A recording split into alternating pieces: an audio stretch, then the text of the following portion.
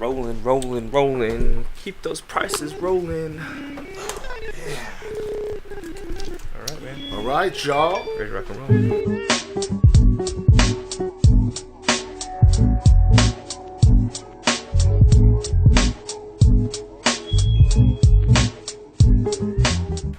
All right, everybody.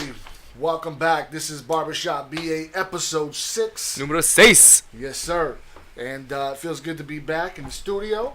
Oh, so good. We're a little light today. We're a little light, but it feels good. I love the room. Little elbow space. I need some room. Been working out. I want to get a shout out to the Pasta. He's out doing some work, so pray for him. What is he doing right now? I don't know, man. He's a man of mystery. Okay. Man of mystery. We gotta let him have his alone time because that's how he regenerates, guys. That's Remember, right. He said that in the last episode. He needs some time to himself. So whatever the heck he's doing, he'll be powered up, man. Some me time. How was your week, bro? How's your weekend? You know what, man? The weekend was so fast. It goes by quickly. Yeah, man. I felt like I was doing a lot of. I don't know. I mean, it was good though. I got to spend time with my family, and so, but it just doesn't feel like it lasts that long. Feel me? That's why you gotta take each moment, man. It's precious. Absolutely. Each moment's precious. How about yours? It was solid. We got to celebrate a baptism. Wow. Shout out to my boy Edwin Senior, Edwin Junior. Yeah, they got Edwin Junior got baptized. They were my Braylon's classmates. So it was solid. Cinco de Mayo party. It was a celebration. So it was really good. Yeah, I'm just looking forward to the episode. Looking forward to the week. See what God has in store for us this week. All right, cool. Well, let's just do some introductions real quick. Right here to my right. Hey, it's your man with the plan, Philip Morgan. All right, he's hustling every single day. Every day. My name's Larry Ewings, a.k.a. Jupiter 7. And, yeah, man, I'm the man, the myth, the legend, right here in the flesh. So, wow. How are you, a myth or a legend if you're here in the flesh? You know, it just sounds provocative, man. It's the truth, huh? It's just the truth. Whatever sounds provocative, man. That's what we talk about. You know what? Let's get into some of the subjects that we want to do a follow-up of what we talked about last week. Recap, yes, sir. We were talking about a little bit about inspiration in the Me Too. Let's focus on the Me Too first. Yeah, sure. We want to just thank everybody who's been listening and giving us feedback, man. We've been getting a ton of feedback, a lot of text messages, emails. So that, man, you guys are listening, man. So that really makes us feel good. Huge. Because we put some time into this, and we feel like if we could bring that real talk and have that honest conversation, that you guys could also enter in and give your opinion. Hopefully we're shedding some perspective and getting to know each other a little bit more, but also what's going on in this world and how we can change it. Yeah, shedding some light. We talked about that last time we talked about the Me Too movement, was being some type of light in the darkness. And anytime you bring light to any darkness, you start to see things. And so, we might have missed a couple of points back when we first brought it up. I think it was our first episode back, a little rusty. But I want to give a shout out again to the folks who gave us some positive feedback and some constructive feedback on what we talked about. So I don't know if we got to address this when we first talked about it, but just the people who have suffered from what this whole thing stemmed from. I think if you really take some time to think about people's emotions and what they're going through, I don't think we can put ourselves in that same bubble because we. One, we're men, and for me, it hasn't happened to me in the workplace, so I can't put myself in the boat. But however we can sympathize and empathize with you, we're there. Absolutely, yeah. I mean, so many victims.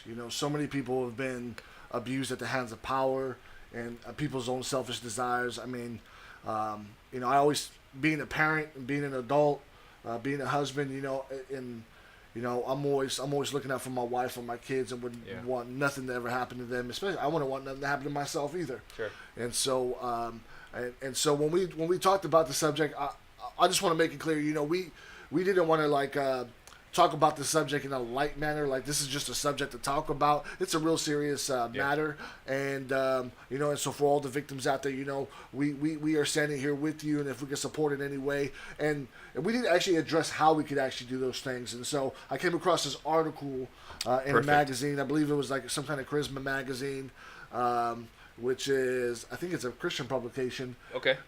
Half of it was good, and the other half was like, yo, this is some crazy stuff. Because on one of the pages, it also showed some author writing a book on Donald Trump and how he was God's gift to, Okay. you know, and so I was like, oh, okay. Let's stick to I don't know if I don't believe in that one, but then I came across this article which actually shed some good light and actually touched on some of the subjects that we actually talked about, and so some of the here let me read this off. So there's basically, let me see, I'm pulling it up on my phone real quick. So what to say, the subject on this magazine was what to say to a sex abuse victim, and like I said, I don't want to just read these off like they're lightly, but one is, and this is the way we as listeners, and I have heard also a lot of people who've been listening to us, they haven't really understood what this movement is all about and all the things that have happened behind that. So, but it's basically sexual abuse at the most seemingly most powerful places. You know, we're talking about Hollywood and so many victims there. But one of the things that could be said is that, you know what, that we can sympathize as people that this actually happened. Like this is not something that's just made up or is just to happen to that one or two person wherever they're at, right, in the secret. This is happening on a consistent basis, and so saying that we're actually really sorry that this happened and acknowledging that is one of the ways that we can actually help, you know, people who are victims of this. Just simply acknowledging the fact that it's going on. Yeah, and another thing is to also let them know that, you know, they're not alone.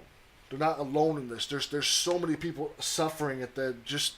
There's so many evil things going on in this world that people are suffering. You're not alone in this, and I think just having the peace and and getting strength, knowing that there's other people rallying around them and that don't stand for this type of thing. Amen. Right. All right. Here's another one. Also acknowledging that's not their fault. I think a lot of people, when you're a victim, you have this. Well, it was my fault. I put myself in that situation. You know, and then we I think sometimes we give mankind or humankind just benefit of the doubt that good things are going to happen, or that, or, you know, this is just a random bad thing that happened to you, and it's, you know, if there were certain things you would have done that it wouldn't have happened to you. The fact is, it just shouldn't have happened in the first place, and so, you know, we want to acknowledge that. It's not your fault. Yeah, not your fault. And if you're a believer out there and you're spiritual, you believe there's a God, you know, prayer. Right, offering prayer. Believe in the God, Jesus Christ, right? Yep, and offering prayer to the victims and you know, being there not just only in your words but being there physically. Physically, you know? A shoulder to cry on, or just to be there, not to cry but to support. Amen. Yeah, and then the last one would be like you know, helping point someone in the right direction. So if they need counseling, and that's just on a normal basis, man. I work with young people all the time who've been through some serious trauma in their life, and the, you know, one of the things I always ask them, you know, I work with an organization that provides counseling. You know, is that something I can provide for you? And a lot of times, you know, even though they turn it down because there's this negative stigma about getting counseling, man, I'm telling you, some of the things that they've been dealing with and they're holding on to, nobody should be holding on to those things, but they choose not to get help just because, stigma. You know, it's not only stigma, but it's also just the fear of addressing it and facing that demon again, you know what I mean? Yeah. So, anyway, so we just wanted to throw that out there about the Me Too movement and add a little bit more light to the subject. Yeah, and you know, just to touch on counseling real quick. Counseling is not. You don't go to counseling just because you're crazy. I mean, I think when I was growing up, that was the thing. Oh, you need to see a counselor. I'm not crazy, and you know, I've been to counseling, and it is super helpful. Probably some of the best advice, or just you learning about yourself you can be, and those are professionals to help you, you know, really get some stuff out. And I feel way lighter from going, and I think I'm a better man because of it. So shout out to those counselors out there. Right on, man. Also, you know, we last episode 5, we talked about inspiration, right? Yeah. And you know, and we were talking about kind of what inspires us to do what we do. And I just want to share just a quick story off of that. You know, this weekend I got to play some hoops with my son, my older son. Yeah.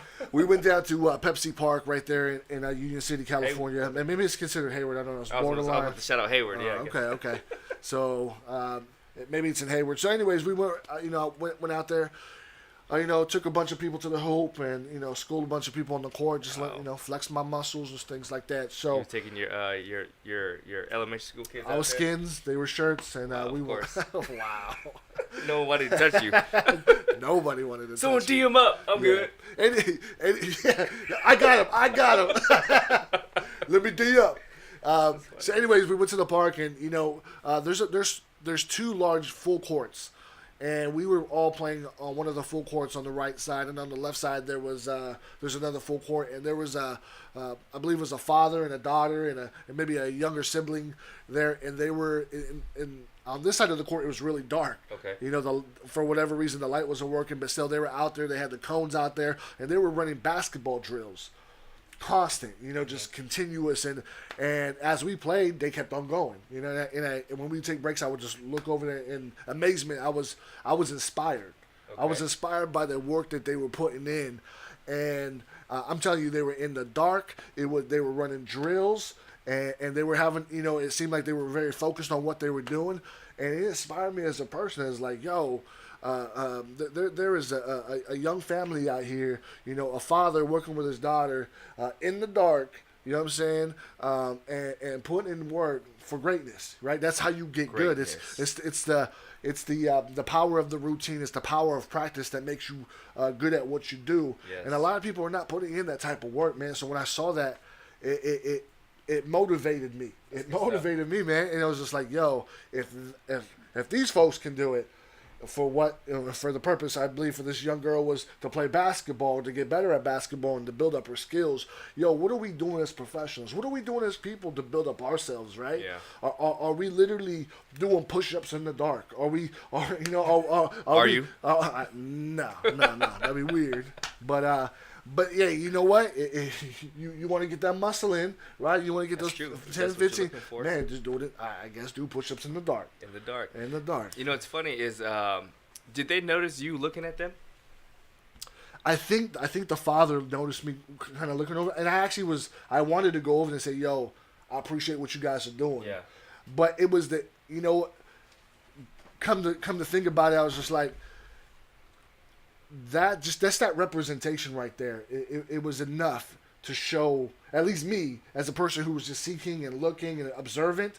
It spoke to me, and I don't know if it spoke to anybody else, but I think it kind of goes to also show, right, that no matter what you're doing, that somebody is watching. Somebody is there's somebody watching you do something. Right. Your grind is not just your grind. Your grind might be an inspiration to somebody else. And I think we talked about that before we went on live. Yeah. Is that you're right. You don't know who's watching. It could be your child. It can be whoever. And you always have to be aware of what you're doing. So if you're going to do something, do it to 100%. Right. Yes. Because something that you might enjoy doing, somebody is watching you. Like, man, I don't care if you're cutting the grass. I don't care if you're washing the dishes. If someone's watching you, like, you know what? Mom and Dad, they do that 100%. You know what I mean? Yeah. I should not bother them. Yeah, we forget to think about, this work is preparing us for something. And if we slack on it, if we lag on it, you're going to run out of time at a certain point, and you're not going to be ready. One of the things I always say to young people when I'm teaching workshops or doing some type of leadership development, I always tell them, look, there will never be a time where you know it all, but there will be a time where you have to act on what you know. Amen. You know what I mean? That's so like, one. and if you're throw that on Twitter, get that on YouTube, do something with that one, Instagram that sucker. But it's just the fact that if you're not putting in the work, if you're not ready, you're gonna miss out. Yeah. And you're not gonna know what to do in certain situations because you were not prepared for it. Yeah, it's funny. Speaking of inspiration and things of that nature, I remember I think it was Eric Thomas I was watching on YouTube, and he said that sometimes your gifts take you to where your character's not ready to be.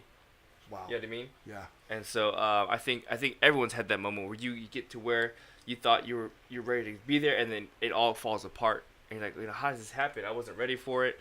But then when your character is ready for your gifts, man, you're unstoppable. Right. And when you get to those places, those are the places where you actually start to grow the most. Mm-hmm. Right? When it starts to get hard. Mm-hmm. When it starts to seem like, oh shoot, can I do this? I think that's when we start to build that character. That's when we start to build the individual inside of us. This is when we start, our brain and our experiences start to pull from all the things that we've learned from whoever. So that's what I'm saying. We got to be like a sponge. We got to soak it up. Obviously there's a flip side to that. You could soak up all these negative things. Very true. You could have negative routines that actually are a detriment to your life and that could actually hurt you and hurt the people around you. Yeah. But it's exactly the same with the opposite. So the same amount of work that you actually put in to do something good, you're going to be good at it, Yeah. and vice versa for evil. That's so funny. Childish Gambino came out with a new video calling what This Is America. Have you seen that? You know what? Yeah, I seen it a couple hours ago, but this morning it was going through my feed, and I watched it for a split second, and I was like, "Yo, this dude's dancing a little. This dude's dancing crazy. I don't even want to watch this right now." Right. I thought it was something stupid. Right. Like I didn't even pay attention to it. I was just like, "Yo, this is lame," and so I literally watched it for 5 seconds, turned it off, and then a few hours later, I'm just gonna watch this whole thing. Watched it, and yeah. Is it so? I'm at work, and one of my boys comes up, my coworker says, "Hey, have you watched that Childish Gambino thing?" I'm like, "No, I haven't." And it's the same thing. I clicked on it. At first 10, 15 seconds come by, and I'm like, you know what? I don't got time for this right now. I gotta work. Right. At my lunch break, nearing the end of my lunch break, I watched the video, and I was like, what the heck? And the conversation was buzzing amongst my building. People were talking about it. And I watched it again. I think I watched it 3 times, and then I watched a breakdown of the video because I'm like, I have to understand some things. Let's let the folks know what we're looking at. So right now we were watching Childish Gambino YouTube. This is America breakdown, right? So we watched the video. We watched the breakdown, or about 4 minutes into the breakdown of the video, and already I'm blown away because there's so much symbolism. There's so much hidden messages in it that I'm just like, man, this man, the way he did it was just artistic. I'm still blown away. I'm almost speechless at it. But I wanted to bring it up because there's so many. Watch the video if you haven't watched it, and then go ahead and watch a breakdown. In fact, watch it again, then watch it again, and then 4 more times. Yeah, and then watch the breakdown because after you watch the breakdown, you watch it again, you see it in a whole new light. Just like I think that's what that was meant for it to be. Is you watch it, okay. I watched 2 breakdowns. One was when this guy, he was just like talking about what he thought about it. I was like, that doesn't sound right. So I watched another one. The guy really broke it down. This guy on YouTube called Sean Key, C-E-E. Shout out, Sean C. Maybe that's his name. He really broke it down, and I appreciate it because, man, it was amazing. And so my take from the whole thing is that a lot of distractions out there, man. Yeah. We can't soak everything up. We can't be just this sponge dipped in. If you take a sponge and you dip it in oil, it's going to absorb the oil. You take a sponge, you dip it in water, it's going to absorb the water. Like, you got to choose where you're going to dip your sponge into to what you're going to absorb. Because when you squeeze the sponge, that's the same thing that's going to come out. Right? Yep. So we can't just be sitting around just absorbing everything we take in. Or just everything we're watching. We can't take everything in. We have to have a filter. We got to filter some of that junk out. And it's just amazing, the distractions that we face, man. Yeah. It's crazy because we're in this like digital age where media is basically teaching us everything. Exactly. Almost every hour of the day, we are on some type of electrical device, watching it, listening, doing something, and it's speaking to us. So whatever that is, and unfortunately for a lot of our young people, right? These are back in the day when it was, when I was younger, it was more or less like video games, but. Yeah, the culture was to go outside, right? Go outside, go do something. Whether that's playing football on the street, go play tackle football at the park, play basketball, at the park or whatever. Those were the things we were doing. We were out and about doing stuff where that kind of technology wasn't even really around. And it's way different the way it is now, where it's basically it's everything that we do now. Yeah, what's crazy is that I was thinking about, okay, because this video is geared towards, like, it's showing the children and how they're following every action Childish Gambino, every dance move he's doing, they're doing, like, oh, this is the one, this is the hitter. And I think back to when I was a kid, and I'm like, what was I listening to as a teenager? I was listening to DMX, Jay-Z, like, where it really dumbed down violence for me. DMX was talking about, I'm going to blast you at your front porch, you know what I mean? I'm like, yeah. Yeah, I'm gonna blast somebody. You know what I mean? Like, not knowing really, but you were walking around with your tank top, with your gold chains. That's right. Like I thought it was hardcore because that's what I idolized as a kid. Like, ooh, I want to be like them. They got the money. They got the cool dogs. Yeah. And then when I first was my first encounter with a real violent act, I was like, man, this isn't nothing like the feeling I had when I listened to it. Right. And so, all that stuff you idolize it almost. It's idolization of it, right? You idolize these things, and then when you finally come to really what's going on, you're just like, man, this this isn't what I thought it was gonna be. Yeah, like I said back in the day, like I grew up in the hip hop culture, so like I was very into like Wu-Tang Clan, Tribe Called Quest, things like that. And so I was actually embodying hip hop. Right, hip hop was like teaching me how to live, how to speak, how to dress. Exactly. I mean, to the point to where like I'm going to school and I have one pant leg rolled up, right, and I'm wearing goggles on the side of my head, and people are like, "What the hell are you doing?" You did that? Yeah, I did that. Oh man. You know what I mean? And you talking about a dude from Salinas, California, right? You talking about West Coast, Chicano gangster area, It's the lettuce capital of the world, right? A lot of farmland, but also a lot of street activity, a lot of gangs, heavy in that. And you got this white, half Chinese kid walking around all hip hop, right, with his goggles on, with his whatever, with his Adidas and his fat laces, and walking around. It's like, yo, but I mean, it was good because it was an escape for me. Yeah. But at the same time, it also showed the power and influence. Yeah. And it wasn't until later on I was like, yo, you know what? Hip hop has like really controls a lot of like what I do, and maybe I was too immature to even recognize that at the time. No matter what anybody said to me, but it had to come to a point where I had to recognize, yo, what is my identity? Who the hell am I? Yeah. Right. And I think I found that through faith. I know I found that through faith when I recognized that there's a purpose for my life, and I recognized that I was created with a purpose, and I recognize the sacrifice that Jesus made for me to make me, and He wanted to make me into who He wanted me to be. And I was a clone to something else. Literally, I was cloned to hip hop or whatever the world was telling me to be, and that's who I was. Mm-hmm. And it wasn't until I recognized, I know what I'm here for now. I know who created me. I know who has plans and ideas and dreams for me, and he wants me to live those things out. I can't just be what the TV is telling me to be or what the radio is telling me, because it's lying to me. Right. And it's not like all the music was lying to me, but there's a current. There's a certain current, almost like when you step into the ocean, and that current can pull you if it's strong enough, and pull you out to wherever it is. And that's kind of like what culture and media is. And it's able to pull us to wherever we were. And so that's the power of influence. That's the power. And so I'm glad that negative influence. Yeah, Childish Gambino. This is America is the video. The powerful imagery, and how it really plays with your mind. It does. And it helped. And that's what I'm saying. You have to watch it at least 3 or 4 times, maybe even 5 times, to like really get the gist of what is going on all around this video and what he's actually trying to say. Because if you just watched it off the top and you didn't have you weren't coming from an artistic mindset, you would just be like, this is garbage. Like, this is just what they're typically playing on the radio. Yeah. When he's actually using the model, right? He's using the vehicle to deliver the message. It's like the Trojan horse, right? Like, you have this thing, it's like, here you go, and then but you open it up, and it's like, oh, you get sidelined by this message. And dude, shout out to Childish Gambino, man. Yeah. I just it helped. Yeah. It helped. It's they say go from being woke to being awakened. Yeah, for sure. And shout out to like J. Cole and those who are coming out with this new music that's actually confronting the culture. That's actually saying that we are trying to be like this person, this person who is, in essence, embodiment of hate, embodiment of destroying our communities and things like that. We want to be like this person because somehow it's been. This is what it looks like to be cool. This is what it looks like to be fresh.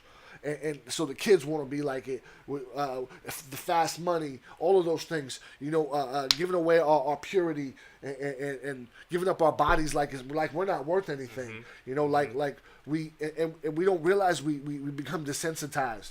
And then we start to lose our values. We start to lose our way. And then all of a sudden, when that compass doesn't work, I don't know if any of y'all have been in the wilderness before. Compass don't work. Yeah. Running in circles. Typically, you have a compass to like give you direction. But when that thing starts to go awry and it doesn't work no more, you don't know where the hell you're going. Right. And anything can happen. No direction. And these are the things that actually hurt and cause you to go into different avenues or different pathways that. For a lot of people, they don't come back from. Yeah, that's true. And that's where it hits my heart. And so shout out to the artists too. Can you Jupiter 7? Can you come out with an album that addresses cool dads? Like, hey, can you make some rap songs about how to be a cool dad, cool parents? I don't even know if that's even possible. I'm sure it is. Man, I kind of feel like maybe Maybe Fresh Prince of Bel-Air did it, man. You know, Yeah. Will Smith. I don't know. I'm just But, saying, like, you know, can we get a cool dad shout out? Like, Jeez. man, my dad is cool. He picks me up from school. Yeah. Helps me do my homework, and he's the something. I'm not the rapper, obviously, but I'm just saying. I mean, you know, there is actually a lot of songs out there though that actually able to make that point.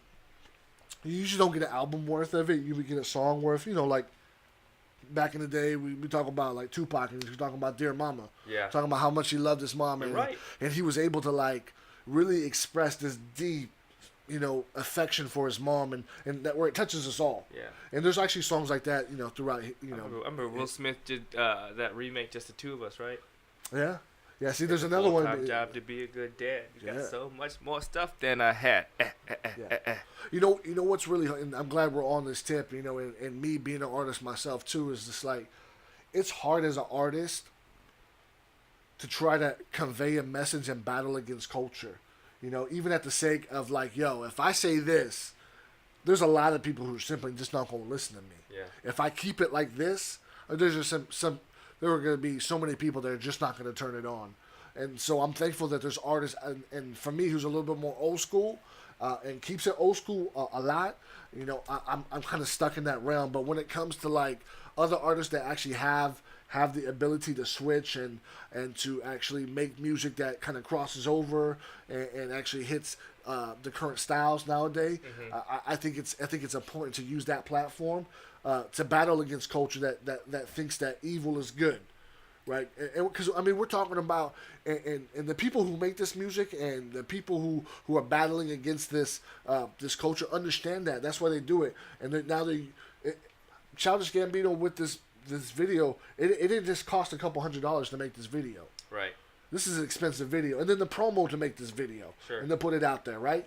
And not only that, but then the actual what do you call it? It's the actual a pushback from people who are listening, say, yo, I can't put this out, yo, because this is actually really positive.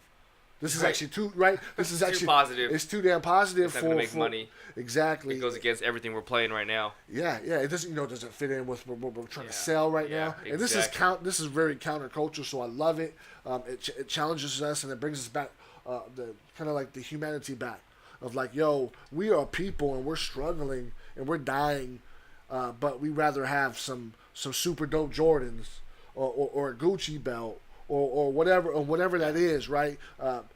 For whatever culture of folks, we are looking to those things and realizing, yo, people are hurting every single day, and we're falling for all the tricks. We're falling for all The smoke. Yeah. All the Smoke screen, yeah. Smoke screen. So, you know, again, we want to give a shout out to our viewers. You know, you guys last week put our Facebook Live at the highest views we've ever had.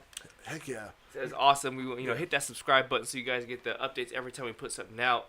But you know, we try to shed some light on some topics. You know what I mean? We're not going to sugarcoat many things. We come from obviously a faith background, but you know, we try to keep it real, and we thank you for your support. It really makes us. You know, we have families. We have the pastor. You know, he's out doing his thing right now, but he's got a fully booked schedule. But we want to take some time out because we felt it on our hearts to put this out and speak some truth on some subjects. Yeah. That we felt strongly about. Yeah, it's real important to us that if you guys can help us get the word out about Barbershop BA. When you guys subscribe to our YouTube page, that means anytime we upload any kind of content, you'll get it firsthand. And you won't have to get a text or an email from us saying, yo, here it's out, or even see us posted on our Facebook. It'll already be in your inbox before you even know it. And then let people know about it. You know, we want to build this following.